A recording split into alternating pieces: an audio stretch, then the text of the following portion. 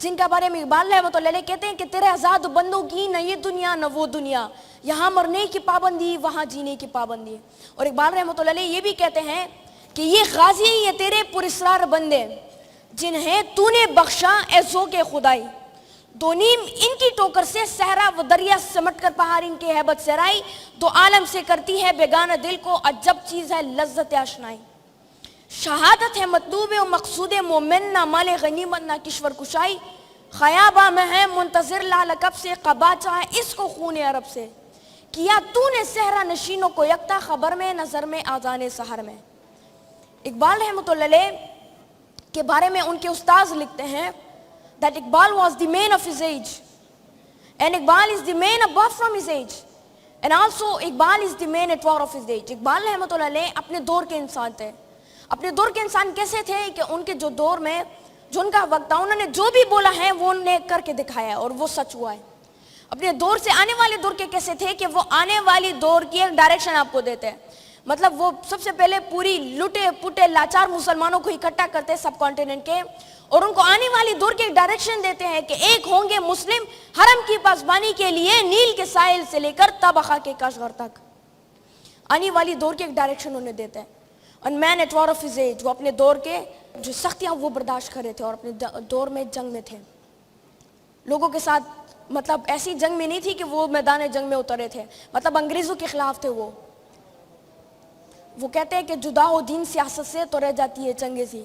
اقبال رحمۃ اللہ علیہ کے ایک شعر ہے کہ نگاہ بلند سخن دل نواز جاں پرسوز، یہی ہے رخت سفر میرے کارواں کے لیے.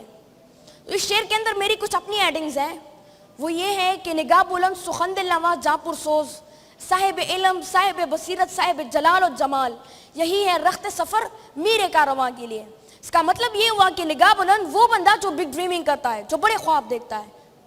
جس طرح پروفٹ محمد صلی اللہ علیہ وآلہ وسلم وہ ایک بگ ڈریمر تھے. اقبال رحمۃ اللہ علیہ he was also a big dreamer. سخن دل نواز کہ جب آپ ان کے ساتھ بیٹھتے ہیں وہ کہتے ہیں کہ جب حلقہ یاراں ہو تو ریشم کی طرح نرم ہوتا ہے، لیکن رزم و حق و باطل ہو تو فولاد کی طرح مضبوط ہوتا ہے.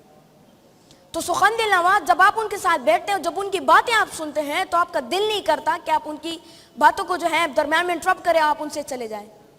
آپ کا دل کرتا ہے کہ بیٹھ کے پورا دن ان کی باتیں سنتے رہو، پوری زندگی ان کی باتیں سنتے رہو اور آپ ان سے انسپائر ہوتے ہیں. سخن دل نواز جاں پرسوز، جاں پرسوز کے مطلب وہ جان لڑانے والے ہو. سینکڑوں جنگوں میں حصہ لیتے ہیں لیکن ایک بھی جنگ نہیں ہارتے. خالد بن ولید جس کو اللہ نے اپنی تلوار کا لقب دیا، سیف اللہ کا لقب دیا، جو کہ صحرائی علاقے سے خشکی علاقے سے گشتوں کو کھینچتے ہیں اور جا کے قسطنطنیہ کو فتح کرتے ہیں، استنبول کو فتح کرتے ہیں اور اسلام کا جھنڈا استنبول میں قسطنطنیہ میں لہراتے ہیں. وہ جو گشتوں کو چلاتے ہیں لیکن اسپین پر 800 سالہ حکومت اپنی مسلمانوں کی قائم کرتے ہیں. طارق بن زیاد تو ایسے بہت بڑے کیریکٹرسٹکس ہیں. میں نے اقبال رحمۃ اللہ علیہ کو پڑھا ہے and he is my inspiration. تو انہوں نے مجھے عشق رسول صلی اللہ علیہ وآلہ وسلم سے سکھایا ہے. انہوں نے مجھے آنے والی دور کی ایک تصویر دکھائی ہے، دنیا سی تصویر مجھے دکھائی ہے. اور انہوں نے جو ہے مطلب میری اسپرچول ٹریننگ کی ہے کہ جس کے بعد میری زندگی کا مقصد تیرے دین کی سرفرازی، میں اسی لیے مسلمان، میں اسی لیے نمازی.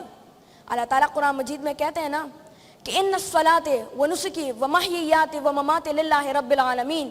تو اسی کو قوت کرتے ہوئے اقبال رحمۃ اللہ علیہ کہتے ہیں زیادہ تر لوگ مجھ سے یہ سوال پوچھتے ہیں کہ وہ کیا راز ہے کہ جس کے بنیاد پر تم اقبال رحمۃ اللہ علیہ کو اسٹڈی کرتے ہو، اس کو اپنا رول ماڈل مانتے ہو. تو میں انہیں سمپلی جواب دیتا ہوں کہ اقبال رحمۃ اللہ علیہ ایک عاشق رسول تھے.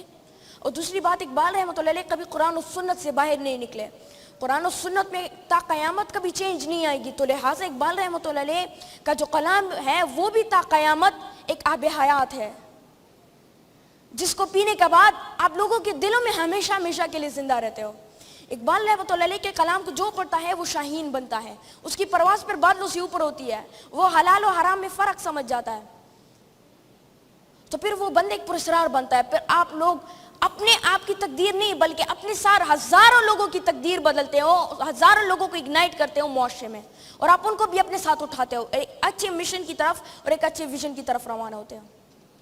میں آخر میں آپ سب لوگوں کا بھی شکریہ ادا کرتا ہوں، خاص کر جو ہے لائف ٹو worth living.